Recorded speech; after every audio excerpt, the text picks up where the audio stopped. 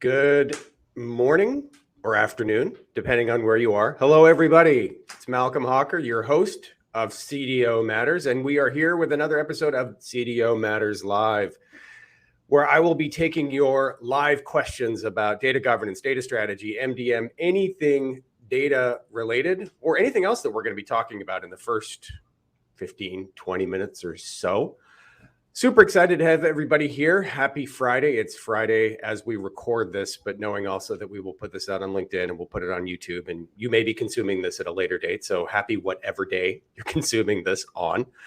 As usual, I am joined by my trusty sidekick, my Andy to my Conan, my Ed McMahon to my Johnny Carson. That's just such an old reference. I guess I shouldn't even be doing that anymore.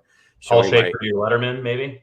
No, not even that. What's a buddy duo out there that actually is like relevant today? There's Higgins and Jimmy Fallon, Tonight Show. Oh, okay. All right. Well, there you go. Or who's with the security guard on? It's not Jimmy. It's anyway. Hey, Guillermo. anyway, yeah. I'm joined by my fellow professor, Mr. Ben Bourgeois. Ben, how you doing? Doing good. Thanks for having me. Groovy. What you got on the docket today, Ben? Yeah. I figured we'd start with kind of recency here, right? So I'm sure you had a busy week, kind of getting back in the swing of things this week and late last week, because you spent several days down in Orlando at the Gartner Data and Analytics Summit. What was that like? What was kind of a big takeaway from that, a highlight for you?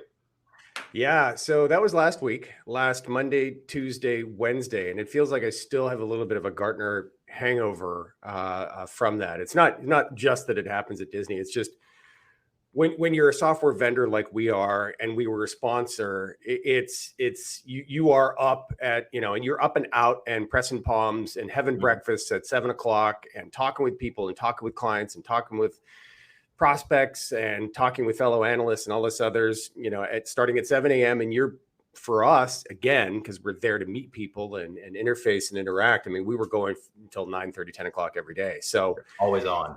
Yeah, it's a grind, especially, but it's not a bad grind. It's just a long day, particularly for you. Some of you may find this, amazing to believe, and this may define reality for many of you, but I'm what they call the Myers-Briggs introvert. So if you've ever done the Myers-Briggs test, right, the kind of the personality test, believe it or not, I'm an introvert. What that means is not that I'm introverted, because obviously I'm not. Right. But what that means is that I gain energy through solitude. I don't gain energy when I'm around people. Energy is drained from me when I'm around people. I love being around people. I love having conversations. I love the Gartner event. It's amazing. It's just at the end of the day, it feels like my soul has been vacuumed out of my body. And not for a bad reason. It's all great. I mean, at the end of these days, it's just like, hey, man, that was awesome. I got to see person A. I got to see person B. I met with this client. I had a conversation about governance or anything. Like, all this stuff is just great. So it's just a long 3 days. But yeah, grants it out of you. Yeah. But getting to the conference itself, in terms of the kind of some of the key takeaways, I did make a blog post about this, a long form kind of blog post that's available on Profisee.com. I did make a post on LinkedIn as well about kind of some of my key takeaways, and I will re-summarize that here, obviously with a little more color, because we can do that because of this venue. So, key takeaway number one was the robots are coming. And I don't mean that in a bad way. And this isn't just ChatGPT, because really that wasn't the kind of the core focus. Generative AI and the kind of the undertone of ChatGPT was not the main focus of kind of this theme. And what I mean by the robots are coming, folks, is automation of data management, right? Starting with augmentation. This is a spectrum. Right? On one end of the spectrum, you have kind of fully manual data management, right? And the other end of the spectrum is you have fully automated data management. We're on a path from manual to automated. Somewhere in the middle is this idea of what's called augmented, where it's machines helping people. And we're in the midst of that right now. We're knee deep in augmentation, and we are progressing in augmentation. So when I say the robots are coming, really what I mean is that we're on this path, and there's no turning back. We're on a path towards increasing levels of augmentation of data management. And what do I mean by data management? Classic stuff in our world, right? Modeling of data, defining of data, glossarying data, lineaging of data, all the data cataloging, data profiling, data quality, MDM, all of the data integration, even, right? So the kind of the core foundational building blocks of the discipline of data management, where we are on a path towards more and more automation, but that path will involve, heavy doses of augmentation where people are still involved and people are still driving, but machines are heavily informing and increasingly forming. And the horse is out of the barn. Pick whatever metaphor you want to use here, but that's the road that we are on. And some of the messaging from Gartner was kind of consistent and relatively conservative, and hey, let's not go crazy here. This is years away. Yeah, and it is. But what I saw over and over again is that this is kind of inevitable. This is where we're going, even if you want to go slowly or if you want to go quickly. There were some vendors that were talking about going quickly. Microsoft is like all in now. Even arguably, even a vendor like IBM, right, was all in on this even 10 years ago when they announced Watson and heavy investments in Watson. So, this die has been cast for a while, but I think finally Gartner is kind of catching up a little bit, and some of the messaging there was really, really cool and really innovative and really thought-provoking. So as much as there was a lot of content around foundational issues, as much as Gartner was saying, hey, be careful, move slowly, let's not make another kind of big data, let's not, repeat the past of Hadoops where we run in and spend zillions and zillions of dollars on things that have no value prop. That's kind of one of the messages that was said during a keynote on Monday morning. Don't fall for the shiny object necessarily. Yeah, exactly right. Don't do that. Smart. But at the same time, other messages they were giving was like, hey, this is coming and you got to start preparing now. I had a hard time, honestly, with the, hey, take it slow, take it easy. Don't make this another Hadoop error. Because I said this on my blog post. I said it on LinkedIn as well. It's like, well, okay, comparing Hadoop and generative AI or AI of any form or automated even data management for that matter. I mean, comparing these two things, I mean, it's like you've literally got teenagers using ChatGPT to do their homework, right? There was no equivalent to that in Hadoop, right? I mean, we were just standing up HDFS clusters. We were hiring data scientists. We were literally shoveling money into big data, hoping we'd figure out a way to use it, right? And the pithy quote that I always give around this, and trust me, folks, I was involved in spending a lot of this money, so I'm just as guilty as all the rest of them. The pithy quote that I will use is that, like, Hadoop was, answering a whole bunch of very, very interesting questions that nobody in the business was asking, right? Like building all of these interesting correlations and building all of these interesting insights. And it's like, oh, wow, did you know A is heavily correlated with B, or that I could build some predictions to model, when people will show up for work based on their eye color. Like, oh, okay. Very correlation. Right. That's interesting. But is anybody asking for that? Right. Have we actually figured out how we'll operationalize these insights, let alone, does anybody even really care? But yeah, that's much different than, ChatGPT getting a passing grade on like an actual Wharton MBA exactly class, which I read recently.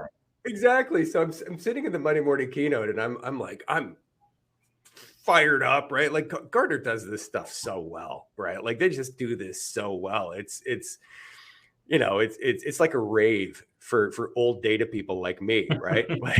like there we are, and I'm all pumped up, and it's like, welcome to the stage. I'm like, yes, and then it's like, hey, slow down, folks. Yeah, Steve Ballmer vibes to a degree of just the screaming on stage. Yeah, not quite. I love this company. But kind of, yeah. And then it was like, but hey, let's take it easy on AI.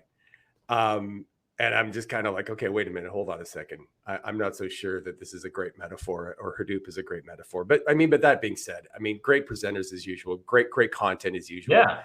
And the content that I was seeing around what Gartner calls active metadata, we can talk about that in more detail. The content that I was seeing around what Mark Beyer calls the active metadata double helix, just bad marketing there. Maybe I'll work with him and try to figuring that out. It sounds a little complex, but other things related to augmentation and automation in the data management space were just really thought provoking and well worth the time. So that was one of the very kind of high level kind of key takeaways for me that I'm still thinking about, 2 weeks later. Yeah. And that's kind of what you want from a conference like that. Yeah, but it sounds like it was a healthy mix of kind of, hey, here's some things that are perhaps on the bleeding edge, some new technologies, things to look out for. But then you also had, we had Brian Zank, a Profisee customer from Purina, to speak on what you're saying, very core data management principles, build a business case, start from, the right foundation when you're trying to build these things. So it's kind of a healthy mix, right? Yeah. And this is the world of MDM, and I would argue the world of data management writ large, which is, there is a shiny thing out there, right? Augmented data management, automated, it's there, and it's becoming more and more real. Meanwhile, you still have a lot of people who are struggling. Many of you, I'm sure it's the reason why you're here today, are kind of struggling with some of the kind of the basic tenets, right? With some of the blocking and tackling of data governance and MDM and data quality. And we can't forget that part. And we can't forget the basics. We can't forget the foundational components of what we all do for a living, and focus one on the other. It's really about a balance. And that's what really kind of made, the presentation from Brian Zank kind of awesome, because he made it tangible. He went from, hey, we have a problem. We're Purina company. We're Nestle Purina, a huge brand. And we've got this problem in that, we're selling pet food, and we really don't have much of an understanding of our total universe of users, like a Pet 360 or a Vet 360. Vets are a huge part of their value chain. And just solving that problem, like a Vet 360, and how would you use MDM and better data quality and better data management to do it? And he actually gave some tangible advice about how to do that, and some fairly innovative approaches from an organization perspective, and where the data and analytics function actually should live. In the case of Purina, they put the data and analytics function into the business unit, right? Like what would otherwise be considered. Right. What would otherwise be considered a kind of a centralized data and analytics function that would typically be in a CIO organization, they actually put it into a business unit. So some pretty cool stuff there. So point taken, right? Like, as much as we want to kind of rush towards the shiny future, you're not going to be able to do that if you don't have a core foundation, right? If you don't have a base level of maturity when it comes to MDM or data quality or data integration, or all those things, still critically important. And at a Gartner conference, you're going to get some of that, but this was my core concern number 2 that I made in my blog post, which was, Gartner is really good. I would argue the best in many ways when it comes to high-level strategic insights for CDOs and CIOs, right? If you're chief data officer, if there's one or two conferences that I would go to, it would be Gartner, and it would be the CDO IQ conference at MIT later this summer in July. That's it. Those are the 2 that I recommend going to, because you're going to have thought-provoking exchanges. You're going to meet with birds of a feather. You're going to be challenged around your strategy and your roadmap, and making sure that you're thinking about that stuff down the road. But what there's a real shortage of at Gartner is for that core audience. And this is something I didn't make that clear in my blog post or on LinkedIn, but for that core audience of senior vice presidents of data and analytics, CDOs, even senior directors of data and analytics at extremely large companies, for that audience, there's not a lot of content about the kind of the ABCs and 1, 2, 3s of how you go from where you are to where you want to get to. Right. And you could say, oh, well, that's really not for that conference. That's for for a conference that's more focused on the doers instead of the strategizers. But even the strategizers, I would argue, and I've said this many times in many posts, I've written a couple of white papers about this in terms of the importance of having a high level roadmap be integrated into your data strategy. So strategy is not roadmap, but at the same time, if you're working on a strategy, you should have some idea what that roadmap looks like at a high level, right? We're not talking details, at least a high level understanding of what that roadmap looks like, which would include some high level milestones of, okay, if I want to get to this future state, what are some of the big 4 or 5 steps I need to take? What are the things I need to be focused on? What should I do now versus what should I do later, right? How important is governance in all this? And should I drop everything and just be focused on data governance? Like how all the pieces fit together, right, in a data management ecosystem. If I'm a CDO or a VP of data and analytics, or even a senior director of data and analytics, there was none of that at Gartner. They don't put those pieces together to say, hey, okay, at a strategy level, this is where you want to go. Okay, got that, check. But here are the 4 or 5 things you should be thinking about along the way. And here's some order of operations, right? They just don't touch on it. And I think that's really a high level function of a lot of folks in Gartner who are, and this isn't a bad thing. I'm not being negative because these are some incredibly smart people, like way smarter than me, but they're career analysts. And who haven't kind of been in the trenches with, putting shovels in the ground and actually doing this stuff. So yeah, it's almost a gap, right? Where you have the high level strategic thinking, what you're trying to do, what your actual strategy is. And you have, of course, the vendors who can get you solutions and things you need to kind of put those things together. But like you said, those building blocks, actually putting a roadmap together. Yeah. I mean, order of operations, right? Like when I was at Gartner, I would hear that all the time, right? Like, okay, I've got all these pieces. I know I need to focus on data quality. I know I need to focus on data governance. I know I need a data strategy. I know there's all these other things that I should be focused on. I need to build out the data and analytics team. I need to be focused on, my culture, right? Yep. And becoming more data driven. And there's my consultants over here is telling me I need to focus on data literacy. And if I don't focus on data literacy, nothing's going to work. And there's all these moving pieces. And where do I start? Right. And man, Gartner would go from being a really good conference to an amazing conference if it was able to figure some of that stuff out. Because there's a gap, because there's plenty of conferences where you can go. We're sponsoring one later this summer. It's the DGIQ Data Governance Information Quality Conference in San Diego, the first week of July. We're sponsoring that. I'll be there. I'll be speaking. Where it's very focused on kind of the doers and management level and senior management level about how to do governance and do data quality and do MDM. But there's a big gap between that and hey, here's your strategy. Absolutely. Yeah. And speaking of Gartner, you're saying not a lot of concern about any economic challenges, not a lot of talk of the recession. People were, I don't know. It's maybe I live in it. I live in the East Coast of Florida, and often when I'm trying to save my company money, which is often, I'll fly out of Orlando. I do have a little local airport here. It's called Melbourne, Florida, but there's not a ton of flights and they tend to be expensive. And maybe I'm a little bit, I don't know what the word is, misguided because I spend a lot of time in Orlando, but it's busy. Right. Disney, busy, crazy busy. Go to Gartner, which is literally in Disney. It's on the ground. It's on the park grounds, busy. People walk, look busy. Go to the Gartner event, busy. People, hundreds of people we talked to. Our booth was really busy. That's awesome. It's exciting.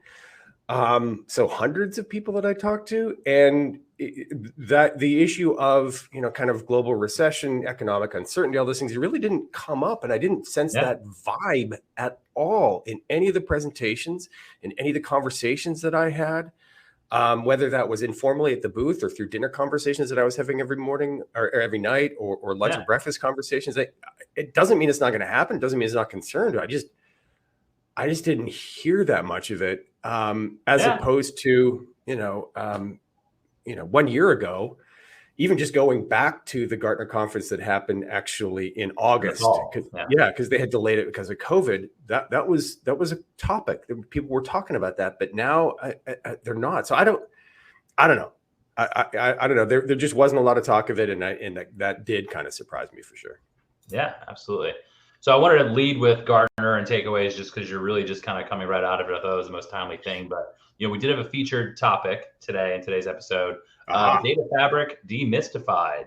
You had a post on LinkedIn recently about the hype around data fabrics. Whether the hype kind of matches reality. What's the actual time frame of people actually commercializing such a thing? Could you just touch on that and kind of what you think the future is for data fabrics? Yeah. So I really expected going into the Gartner conference that would be like the number one drumbeat, and it wasn't. Yep. Doesn't mean that doesn't mean that Gartner is still not promoting it and hyping it. They most certainly are. They believe that it is progressing around what they call their hype cycle, which is going from the shiny thing to something that can actually be operationalized and is driving value for organizations. Disillusionment. Yeah. I am absolutely a believer. So everything I'm about to say is within the context of I'm a believer in the data fabric. But let's step back. First of all, what is a data fabric versus maybe a data mesh? But a data fabric, to me, and this is my kind of slightly pedestrian, kind of slimmed down version of how to define a data fabric. And I suspect some of my peers at Gartner ex-peers at Gartner may take issue with this because it's pretty simple, but I think it's actually digestible. And the way I define a data fabric is a data management architecture. So that's what it is, first and foremost, a data management architecture, wherein data itself starts to inform its own classification and use. So it's a data management architecture where data informs its classification and use, meaning governance, meaning quality rules, meaning integration patterns, meaning how do I use the data? What are the rules for using the data? How do I classify the data? How do I label the data? How do I manage the data? Data itself is going to start informing all of those things. So I have a podcast coming up where I spend an entire hour going through all of this. So I would welcome you to check out future editions of the CDO Matters podcast, where I go into a lot of detail around this. But for today, the way I try to explain this is that historically, let's go back to that spectrum I was talking about, right? Full automation. Where did I start? Left, right? I don't know. Full manual data management, automated data management. Go back to a world of manual data management, right? Where human beings define the data models. Human beings define the data quality rules. Human beings define the integration patterns, right? Based roughly off of some governance patterns, governance policies and procedures that were all defined by humans as well, based on specific outcomes that you were trying to drive, rules that you were trying to maintain, compliance, fraud, whatever the desired outcomes were. You would kind of work backwards from that and say, okay, well, here's how I define a customer. Here's all the rules and da da da da. If you can kind of conceptualize a chat GPT model here and work with me. I'm not trying to turn everything into chat GPT, but hopefully this will sink in.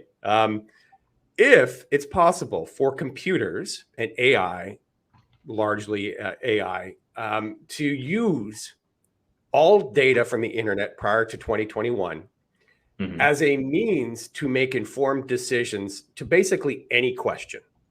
Right. If we now live in a world where I can ask a question and get a relatively solid, high confidence, predictable, maybe not as predictable. This is a V1 technology here, guys. So acknowledge ChatGPT is not. This is a V1 technology. It's still pretty amazing.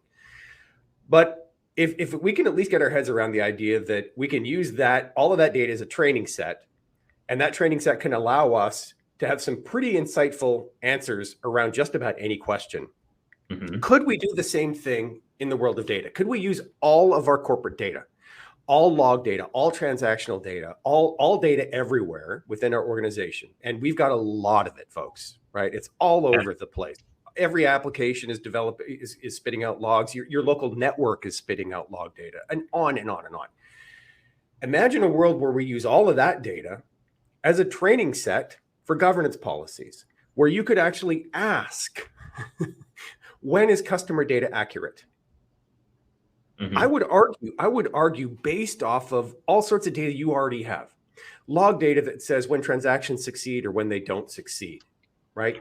Log data that shows when data or when a process is completing successfully or it's not completing, or maybe it's slowing down, or maybe there's some situation where people are actually involved in updating data that an AI engine could look at and say, oh, okay, well, there's a problem there. What was the problem? Aha, it was associated with this character type or this character width, right?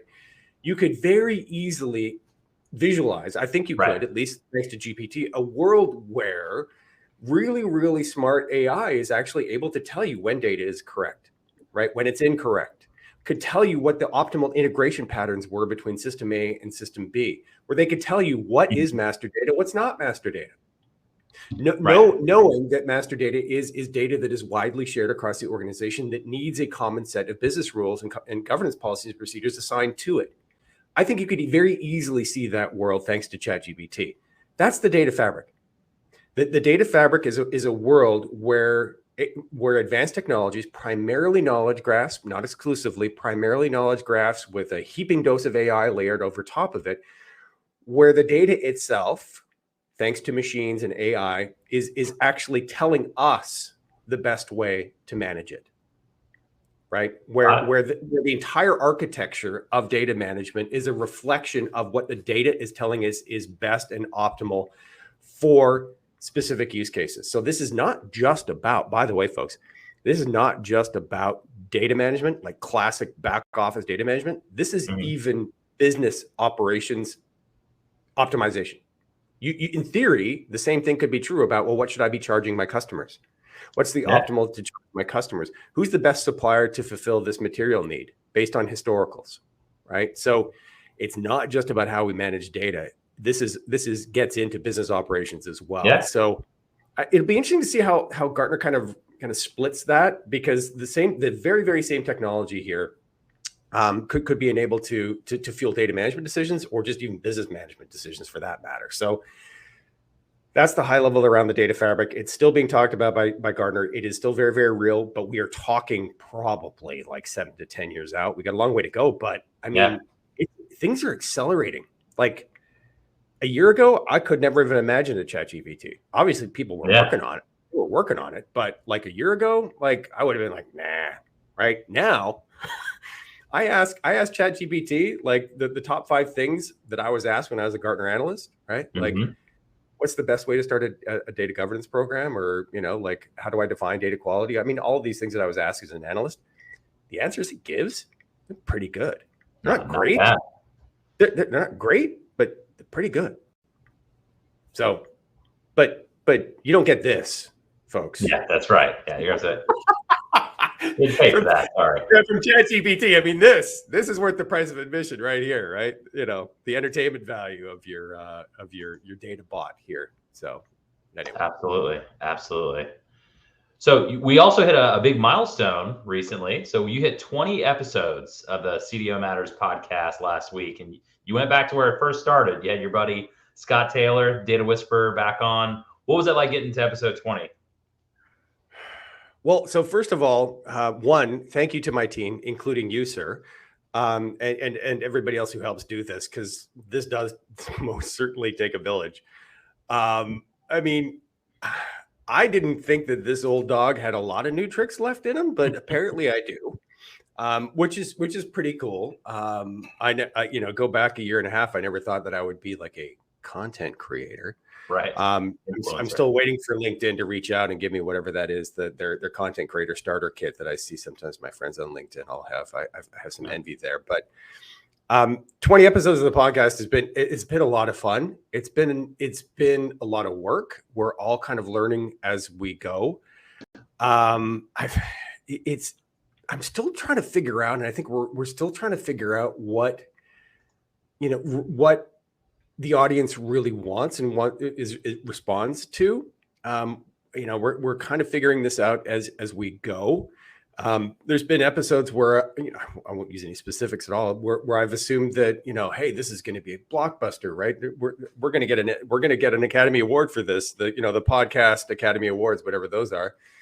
And it's been, it's been reasonably well received, but not incredibly well received. And then there's been others where I thought, okay, well, this is good. This is, some 101 type stuff that could be valuable. But like it's not going to be, the Academy Award winner that has been incredibly well received.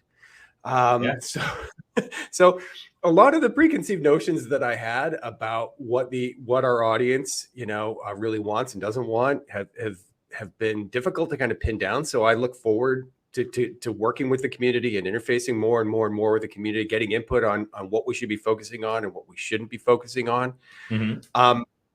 It's interesting though, when I was at Gartner, I had people walking up to our booth and saying, "Hey, I like your podcast." And I was like, "Are you talking to me? Like, is there somebody behind me? Like, get recognized there's somebody behind me with a podcast? Like, oh, you mean me?" Which is kind of fun. I never expected that in a long shot. So it's been a lot of fun. It's been fun doing the content creation. It's been fun learning all of this. Would love to provide more value and more insight to the community, right? And figuring out what that means, whether it's talking about MDM or data strategy or building an organization or technology. We're figuring it out as we go. But to the degree that anybody has feedback, whether that's through LinkedIn, this medium, any other medium, love to hear it, because this is ultimately about the audience. And I don't want to make that sound, kind of too pithy, but the core reason why we're doing this, guys, is because what I saw and what I still see on LinkedIn and on kind of traditional channels and media is a lot of the same old, right? Like a lot of the same things that we've been hearing in the data management space and the MDM space for a long time, like do this and do this and do this.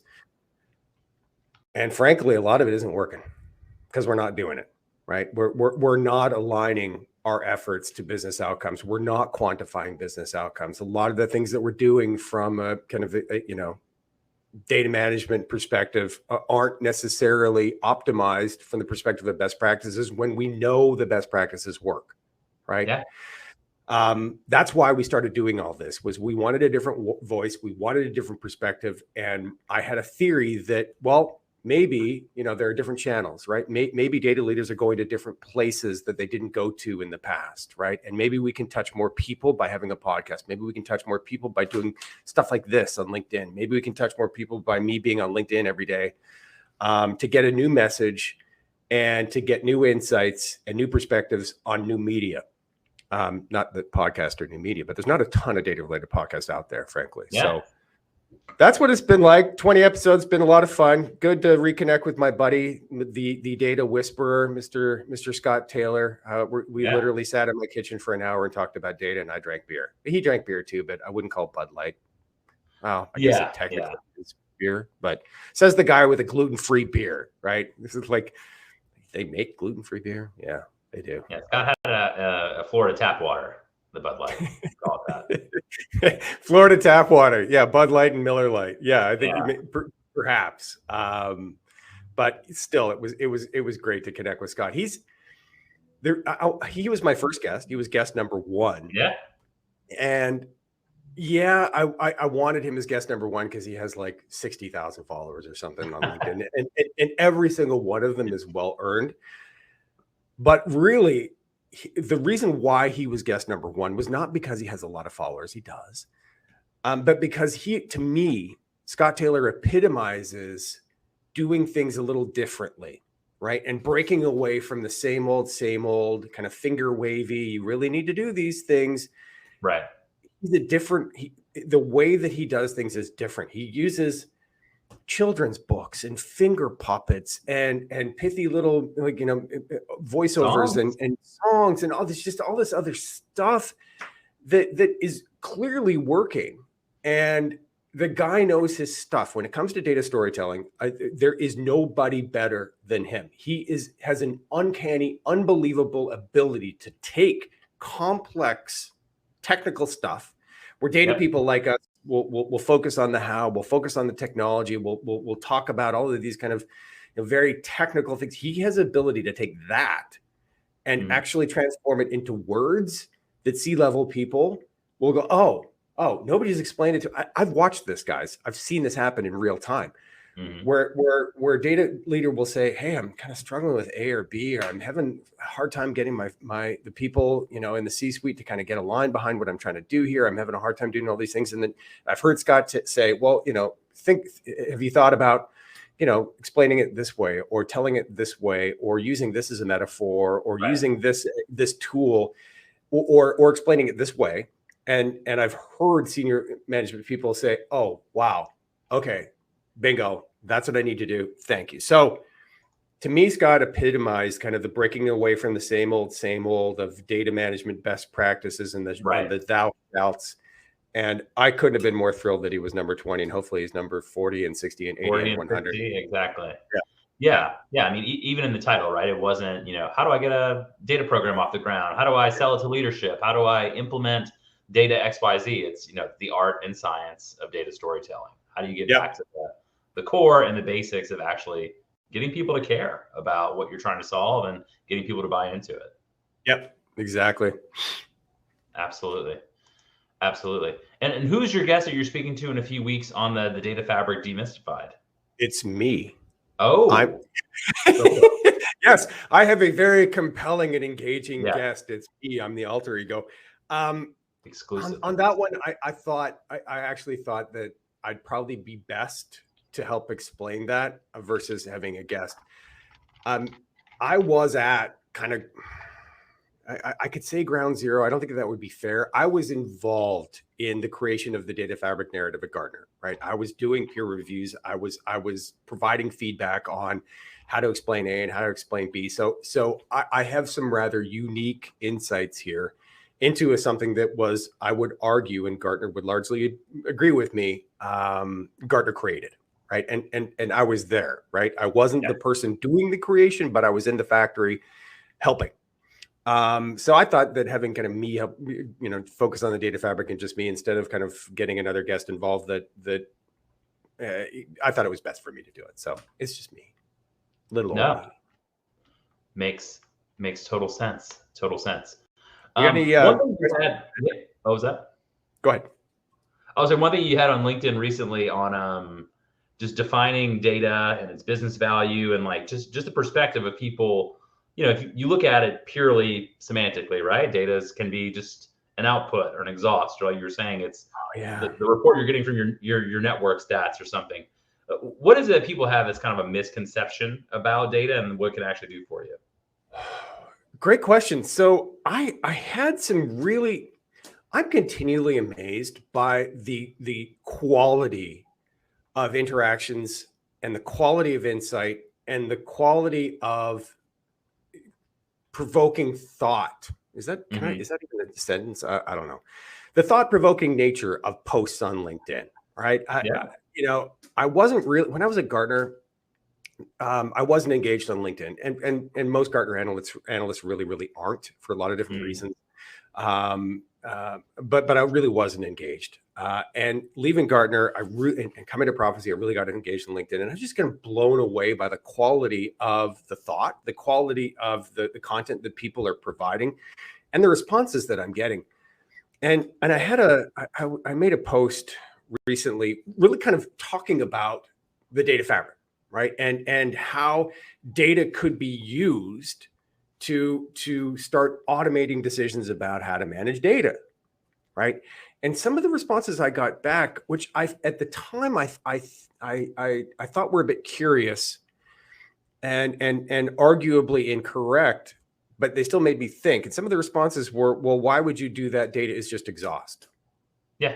Right? Like data is this byproduct. It's like the excrement of the business, right? And I, at first I kind of like, no, wrong. But as LinkedIn often makes me do, and as I find myself doing more as I age, thankfully, I stepped back and I thought about it for a bit. And I'm like, okay, wait a minute. I get that. I can see that. And the metaphor that I kind of came up with in my head, whether it's a good one or a bad one, I don't know. I've never been much of a boat guy or into boats, but the metaphor that I came up with is, if you're always looking backwards, Yeah. right? And data is kind of looking backwards, arguably, some of it. Obviously, you can use data to create models and predictions and do forecasts and all that stuff. But if data is something that happened before, right? The metaphor I came up with in my head is like it's being on a boat and then looking backwards. And you can drive a boat in a completely straight line off a wake.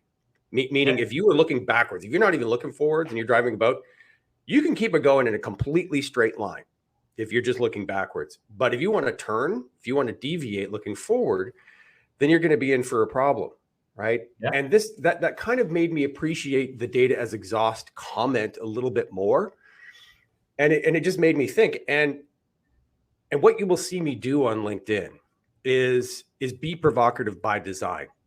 I'm not being provocative because I'm trying to generate clicks. I'm being provocative because we need to break the same old of data management. Yeah. We need to ask difficult questions. We need to admit when maybe some of the things that we're recommending are wrong or outdated or old. And I thought that it was appropriate to ask, or at least throw out there, hey, right? Like, do we think this is true? If it is true, is this problematic? And if it's not true, well, then tell me why it's not true, in essence. Right. Sure. And I got a lot of interesting posts back. I don't happen to think that data is exhaust. I think it's more of like a mirror than exhaust. I think it's more of an analog. It's a digital representation of business performance that I think is more useful than just a byproduct. Sure. I guess you could argue, are these academic discussions? Partially, I think they are, but I think we need more of that. And I think we need more thought provocation. I think we need more introspection. And I think we need more analysis because frankly, if you're in an organization, you're out there and people think that data is just exhaust, it's just a byproduct. Well, then I think you're in for a really, really hard time to try to transition that organization to become more data driven. Because if that thought is prevalent in your organization, that's a lot of headwind that you're going to have to battle with as a data leader. Yeah, going back in your mirror analogy, I've heard one. It's the reason the rearview mirror is much smaller than the windshield, right? Oh, what a great one! That's good. You certainly need it, but you're not going to spend your entire time driving looking. Love it. At least you shouldn't. Love it. Or at least you shouldn't. Yeah, I mean, just talking about LinkedIn generally, I mean, it's just evolved so much, right? I mean, it used to be this professional networking site, and you would share a few news and updates, but it was a lot of, hey, here's a link to things going on outside of LinkedIn. And I think now it's completely flipped on its head, where it's not so much about you posting and linking to conferences and blogs and even podcasts and other things. It's you're getting so much engagement in the comments. People see the posts and the comments are really where things are. You're saying people are having those provocative discussions. People are really kind of. It's awesome. I didn't think that it would be that good. Right. But it really, really is. And the feedback that I'm getting is that people are getting some value out of it. And as much as I am really consciously trying to be open-minded and learn and not just assume, but know that I don't know everything, because I don't. There's no way that I can or anybody can. So kind of putting aside my inner know-it-all and putting aside my preconceived notions and all these other things and really go in with an open mind and say, okay, I can learn here. And if for me, that approach has really, really worked. Staying kind of humble and being open to what other people are saying. And for me, it's really been worth it. I mean, the whole LinkedIn thing has been worth it, even though it can consume a lot of time. Boy, oh boy. Yeah. So I noticed we got a couple of questions in the Q&A. Just want to make sure that we don't ignore any. See a comment from Peter on Gartner's docs lacking. Yes, totally agree, Peter.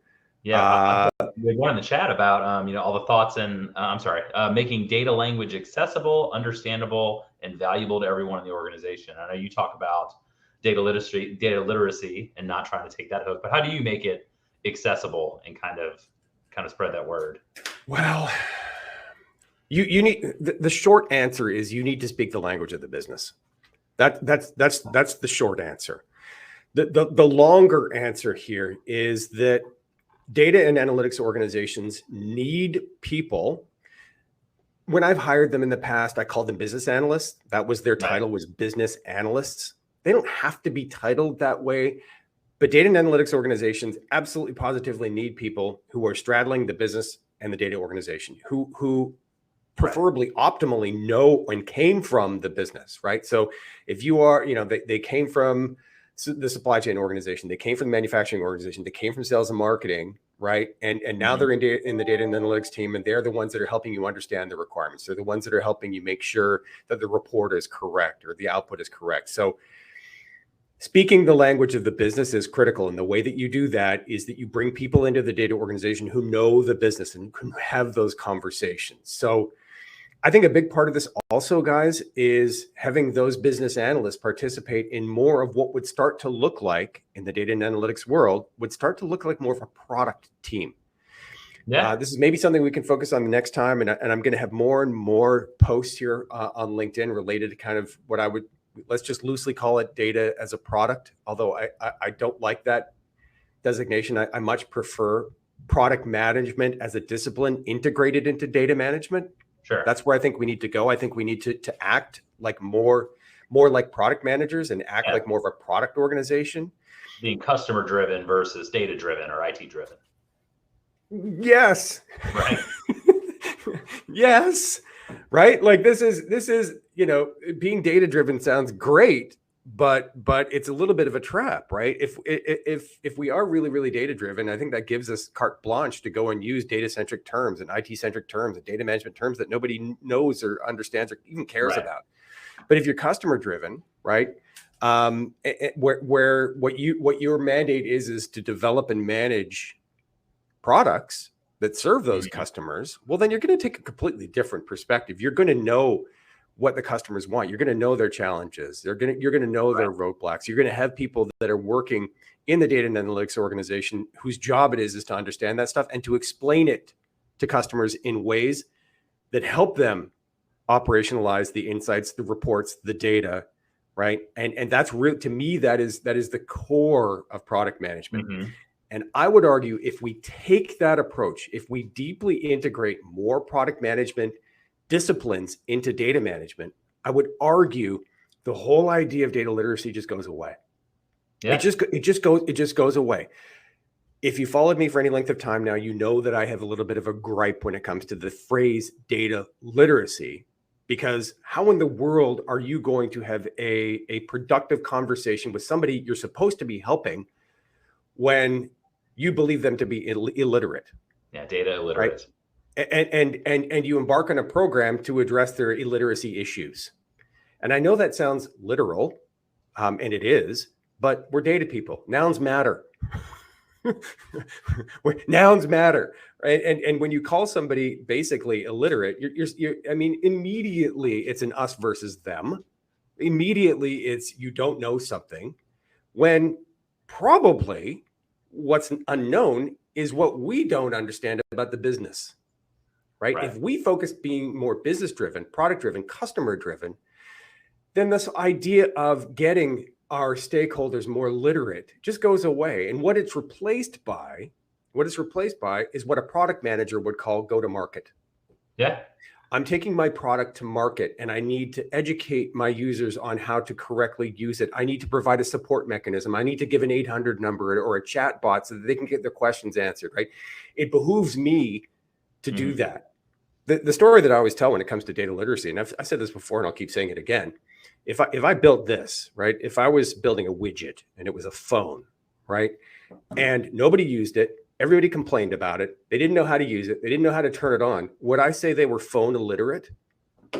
No, I wouldn't. And as a matter of fact, if nobody bought it, if nobody got any value from it, if nobody could use it, it would be my fault as the product manager because I missed the mark. Right. I failed to gather some requirements, or my design sucked, or something else was not right about it. But in our world, oh, well, they must be data illiterate. So anyway, that's my gripe against data literacy. But anyway, looking at some more of the questions, I don't know. We can go anywhere with the conversation as usual. Yeah, absolutely. I thought this was a fun one. I got a lot more comments than I would have expected, because it's kind of a, operational kind of tactical one. Difference between a data owner and a data steward. So is data owner really the best way to talk about it? Do you own it if you're the steward of the data? Can data be owned by a single person or No, department? no. Those last ones are easy. No. Oh my goodness. Data owners. Thank you, Data Mesh, for creating this otherwise new phenomenon that really wasn't new. It's always kind of been lurking there. But data owners. Okay, so question number one, are they any different than data stewards? Well, I think the acolytes of the data mesh would say, yes, absolutely, they are. The data owners are these pseudo, they're not product managers, but are in theory people that are responsible at a domain level, whatever that means, whether that's a business domain or a data domain or some other domain, but where people are responsible at a domain level to ensure that the data products adequately meet the need of the consumers within those domains. That's what I think most of the market sees as a data owner today, because thanks to the popularity of the data mesh, most people are racing that way, right? Okay, I'm going to be a data owner, and I get to define the data product, and maybe I even get to define the governance rules for it. This is where things get a little murky in the data mesh architecture. Is that there's really kind of three things going on here. There's product management, right? There's governance policy definition, and there's data stewardship. And data owner, depending on who you're talking to, and depending on what company you work on, that the data owner can be all three, or it could be just one. It's completely and totally murky, because frankly, people are taking the data mesh and they're integrating whatever they want out of it, but then leaving a lot of it behind. It's kind of like this a la carte, right? It's like, well, I like that part of the data mesh, I'll do that. And I like that part, and I'll do that. And that other stuff, computation, federated governance, we'll leave that to later. That sounds hard. So we'll integrate data products, and the data products need to have data owners. So here you go, data owner. Maybe you're doing all three things: stewardship, policy definition, maybe even policy enforcement, which is typically stewardship, and product management. Maybe you're doing all three. Maybe you're only doing one. I don't know. Depends on how you're defining a data owner. I think it's murky, and I don't think it's doing the data management world any favors. What we need to do is separate those three things. Right? This is what we need to do. There's three things here. One, product management. Okay.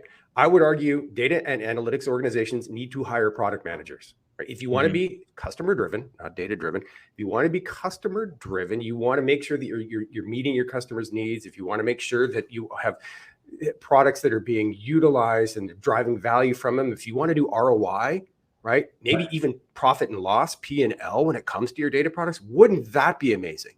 Hire a product manager. They know how to do that. That's what they do for a living. So that's task number one. Task number two is defining governance policies and procedures for a given data domain, object, field, schema, API, it doesn't matter. Governance policies. Typically, that is done by some form of governance committee, not a single person. Right. Here's where the data mesh really kind of falls down, right? Because it muddies these two things together, and it's really unclear. It's like, oh, I own the data. Does that mean I get to define everything, like all the governance policies? Well, probably not. That's the second or third question that was asked. What does data owner even mean? Can data even be owned? No, it can't, for that very reason. Yeah. Governance policies and procedures are generally a collaborative effort. Number three, stewardship, right? And number two and number three can be different people. You can have people defining policies. VPs of your chief revenue officer can be defining a governance policy for how to define a customer, but a steward could be somebody in sales ops who's actually, stewarding a record. So those things really need to be separated. They're distinct tasks, they're distinct roles, and the data owner will often just munge them together and assume that we've got complete clarity around the role, and we do not. Yes. Absolutely. Sorry, I'm passionate about this, as you can tell. No, it's good. It's good. It's good. So I'll probably last topic of the day, since we're closing in on time here, but a bit of a plug. So you've got an upcoming episode talking about, you had a post on LinkedIn. What would happen if CDOs stopped trying to govern data? Would there be chaos in the streets? Or would things kind of progress along, right? So I think you're going to have Bethany Lyons, is that right, on in a couple of weeks? Yep. We've got a couple really cool, data fabric demystified with yours truly. And yeah, so Bethany Lyons will be joining in another few weeks where we talk kind of about this issue. She coined this. I don't know if she came up with it or not. I don't know. It doesn't matter.